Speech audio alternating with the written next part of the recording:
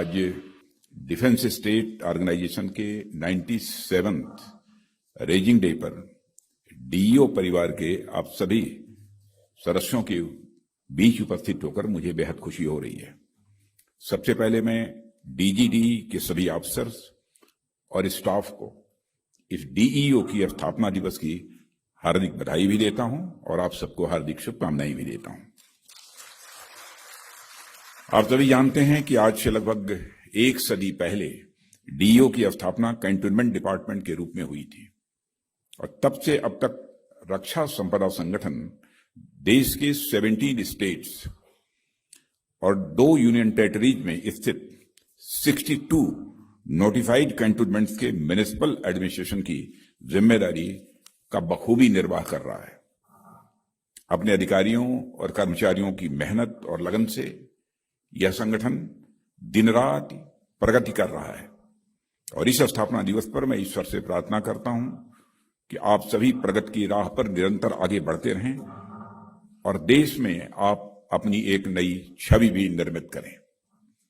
साथियों, आज जब हमारा देश अपनी आजादी के 75 वर्ष पूरा कर चुका है और आजादी के 100वें वर्ष के लक्ष्य तय कर रहा है, यानी अमृत काल की समाप्ति तक का लक्ष्य तय कर रहा है, तो डीजीडी को भी आने वाले समय के लिए अपने लक्ष्य तय करना आवश्यक है।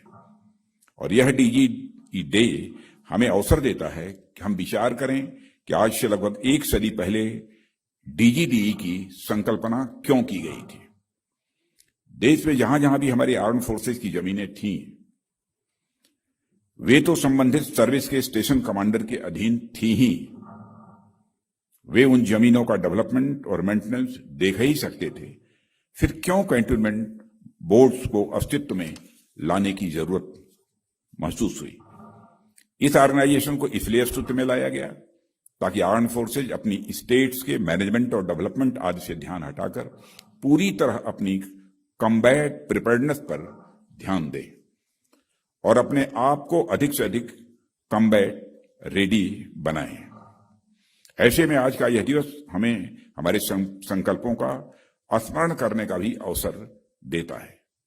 डीजीडी की यह जिम्मेदारी बनती है कि समय के साथ साथ यह लैंड मैनेजमेंट एवं लोकल एरिया एडमिनिस्ट्रेशन के क्षेत्र में अपनी कॉम्पिटेंस और अधिक कॉम्पिटेंसेस को और अधिक बढ़ाते चलें और अपने सिस्टम को और अधिक रोबस्ट भी लगातार बनाते हुए आगे बढ़ें। साथियों, रक्षा संपदा संगठन द्वारा रक्षा भूमि की देखरेख और प्रबंधन का कार्य मैं समझता हूं कि नेशनल इंपॉर्टेंस के कार्यों में से प्रमुख कार्यों में से एक है। भूमि प्रबंधन को मैं वर्तमान ही नहीं बल्कि भविष्य का भी एक प्रबंधन मानता हूं और इसके मैनेजमेंट का प्रभाव केवल वर्तमान जनरेशन तक ही नहीं बल्कि आने वाली कई जनरेशंस तक रहता है। लैंड का अर्थ केवल फिजिकल लैंड ही नहीं होता है, केवल सॉइल ही नहीं होता है, बल्कि लैंड मानव जीवन समेत समस्त जीव जंतुओं का आधार होती है। लैंड फूल पत्तियों, पेड़ पौधों, फल से लेकर अनेक प्रकार के मिनरल्स और अन्य नेचुरल रिसोर्सेस का यह आधार होती है। ह्यूमन सिविलाइजेशन के उद्भव और विकास में जिन कारकों की सर्वाधिक महत्वपूर्ण भूमिका रही है, भूमि उनमें से एक है। भूमि मानव की सुख समृद्धि का सबसे प्रमुख कारण रही है। इसीलिए हमारे यहां कामना की गई है कि भगम वर्चः पृथ्वी नो दधातु, यानी माता पृथ्वी हमें समृद्धि और वैभव प्रदान करें।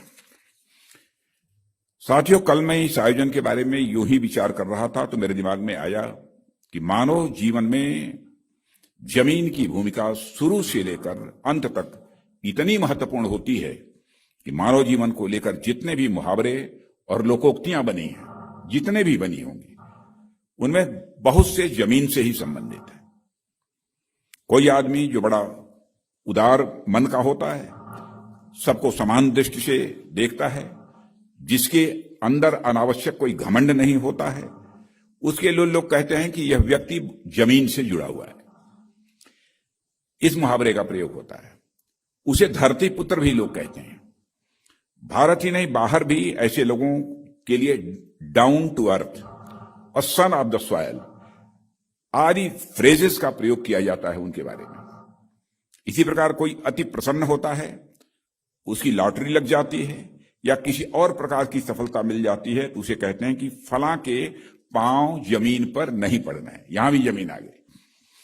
कोई व्यक्ति किसी कार्य के लिए जी तोड़ मेहनत कर रहा है तो उसके लिए कहा जाता है उसने जमीन आसमान एक कर दिया। अपनी मेहनत से किसी ने कुछ नवाचार कर दिया, कोई इनोवेशन कर दिया, तो कहते हैं कि फला ने जमीन तोड़कर एक नया काम किया है। किन्हीं दो लोगों के बीच कोई कंपैरिजन करना हुआ तो कहेंगे कि उनके बीच जमीन आसमान का अंतर है। कोई कुछ गलत और अनैतिक काम करते हुए पकड़ा गया तो समाज के सामने वह जमीन में समा जाता है। किसी के सामने अचानक से कोई अनएक्सपेक्टेड यदि बात होती है, अप्रत्याशित यदि कोई बात होती है, तो पांव तले जमीन खिसक गई, यह कहा जाता है। इसी तरह दो लोगों के युद्ध में एक विजेता बनता है तो दुश्मन जमीन चूमने लगता है। वैसे तो कहते हैं कि धूल चाटने लगता है। कहने का अर्थ हमारे जीवन में जितने भी उतार चढ़ाव आते हैं, अच्छा बुरा होता है, उनकी अभिव्यक्ति जमीन से बहुत गहराई से जुड़ी होती है। बावजूद इसके पिछले कुछ 100 सालों का इतिहास हम देखें तो भूमि के साथ हमने बहुत अच्छा व्यवहार नहीं किया है। अधिक से अधिक लाभ कमाने के चक्कर में मानव ने पूरी धरती को विनाश के कगार पर लाकर खड़ा कर दिया। हमने जमीन का इस कदर दोहन किया मानो वह हमारी जन्मदात्री न होकर कोई कमोडिटी मात्र हो। इस संबंध में मुझे अमेरिकन राइटर और फिलोसोफर एल्डो लियोपोल्ड का एक कथन यहां पर मैं उसका उल्लेख करना चाहूंगा, जिसमें उन्होंने कहा था कि we abuse land because we regard it as a community belonging to us. When we see land as a community to which we belong, we may begin to use it with love and respect. यानी धरती का शोषण हम इसलिए करते हैं क्योंकि हम इसे एक वस्तु मात्र समझते हैं जो हमसे संबंध रखती है। जब हम धरती को ऐसी कम्युनिटी के रूप में देखने लगेंगे जिससे हम बिलोंग करते हैं, उस दिन हम इसे पूरा प्यार और सम्मान के साथ उपयोग में लाने लगेंगे।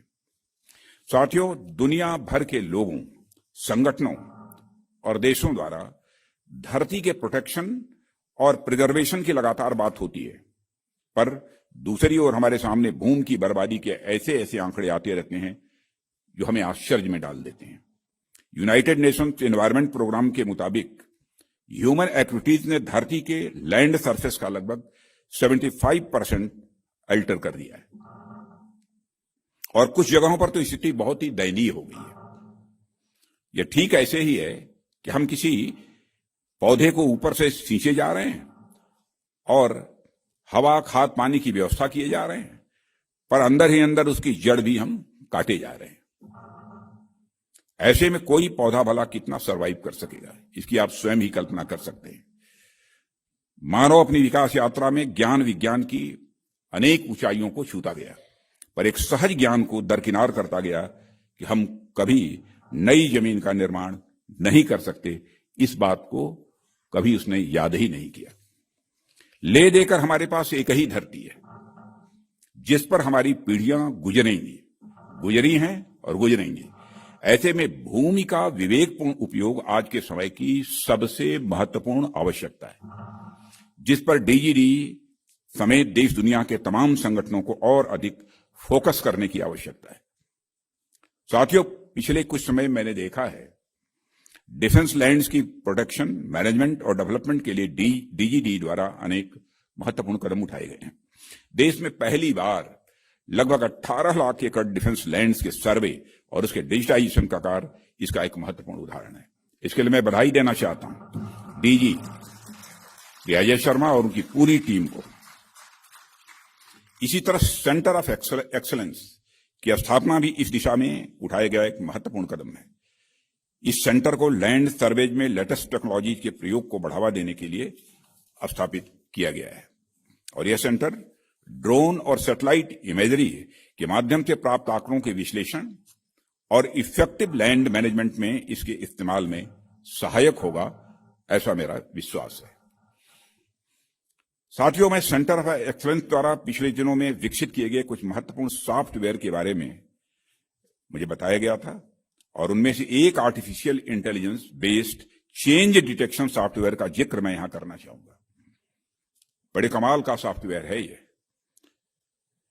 सेंटर ऑफ एक्सीलेंस ने अपने सहयोगियों के साथ मिलकर यह सॉफ्टवेयर डेवलप किया है, जो नेशनल रिमोट सेंसिंग के सेंटर सैटेलाइट इमेजरी का प्रयोग करता है। इसके द्वारा किसी भी जगह पर लैंड यूज में परिवर्तन के बारे में आसानी से पता लगाया जा सकता है। इस सेंटर ने देश के सभी 62 कैंटोनमेंट्स में इस एप्लीकेशन का प्रयोग किया है और वहां की स्थितियों का जायजा भी लिया है। और मुझे बताया गया है कि इस एप्लीकेशन के इस्तेमाल से कैंटोनमेंट बोर्ड्स के सीईओज यह पता लगा सकते हैं कि किस जगह पर लैंड यूज में क्या चेंज हुआ है और वह चेंज लीगल है या इलीगल है। कई ऐसी जगहों पर जहां अनऑथराइज कंस्ट्रक्शंस और इंक्रोचमेंट्स का पहले पता नहीं चल पाया था, इस सॉफ्टवेयर की सहायता से पता उसका लगाया जा सकता है। अभी तक इस तरह के अनऑथराइज कंस्ट्रक्शंस और इंक्रोचमेंट्स का पता फिजिकल वेरिफिकेशन के आधार पर किया जाता रहा है, पर इससे न केवल समय अधिक लगता है बल्कि उसमें ह्यूमन एरर्स की भी संभावनाएं ये बनी ही रहती हैं। पर यह software land holding and land using departments द्वारा सर्विलांस को बढ़ाने और बड़े पैमाने पर अनऑथराइज कंस्ट्रक्शंस और इंक्रोचमेंट्स को रोकने में सहायक होगा। और मित्रों, मुझे जानकर यह खुशी हुई है कि ई छावनी सॉफ्टवेयर, जिसमें अब 13 मॉड्यूल्स हैं, को सिटीजन्स के डिजिटल एम्पावरमेंट की कैटेगरी के तहत डिजिटल इंडिया अवार्ड 2022 के लिए शॉर्टलिस्ट किया गया है। और इससे पता चलता है कि ई छावनी सॉफ्टवेयर ने छावनियों के निवासियों को सिटीजन सेंट्रिक सर्विसेज प्रदान करने में बहुत ही अपनी अहम भूमिका का निर्वाह किया है।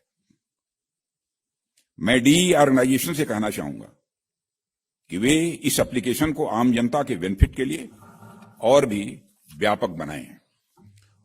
और मुझे जानकारी दी गई है कि अभी हाल ही में मिनिस्ट्री ऑफ होम अफेयर्स ने भारत में custodian of enemies property for India properties का सर्वे करने के लिए डीजीडी से आग्रह किया है।